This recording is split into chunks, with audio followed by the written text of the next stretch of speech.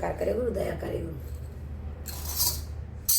शिव गुरु के नेवाता पेटवले वाणी चर्चा में बोलावले वाणी हो। ए शिव गुरु तोहारो के नेवाता पेटवले वाणी चर्चा में बोलावले वाणी हो। गंगा जल पानिया मांगवले वाणी चरा चढ़वले वाणी हो। हे शिव गुरु तोहारो के नेवाता पेटवले वाणी चर्चा में बोलावले वाणी हो। हे शिव गुरु तोहारो के नेवाता पेटवले वाणी चर्चा में बोलावले वाणी हो। सोने के आसानिया मांगवले वाणी आशा न लगावले वाणी हो। हे शिव गुरु तोहारो के नेवाता पेटवले वाणी चर्चा में बोलावले वाणी हो।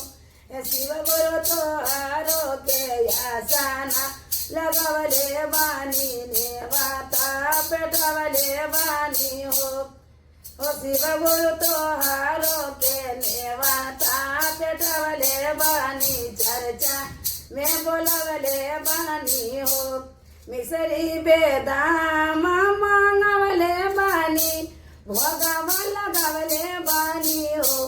हे शिव गुरु तोहारो के नेवाता पेटवले वाणी चर्चा में बोलावले वाणी हो। हे शिव गुरु तोहारो के नेवाता पेटवले वाणी चर्चा में बोलावले वाणी हो।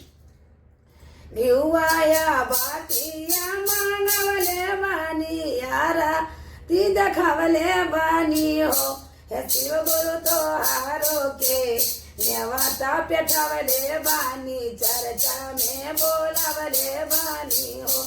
शिव गुरु तोहारो के नेवाता पेटवले वाणी चर्चा में बोलावले वाणी हो।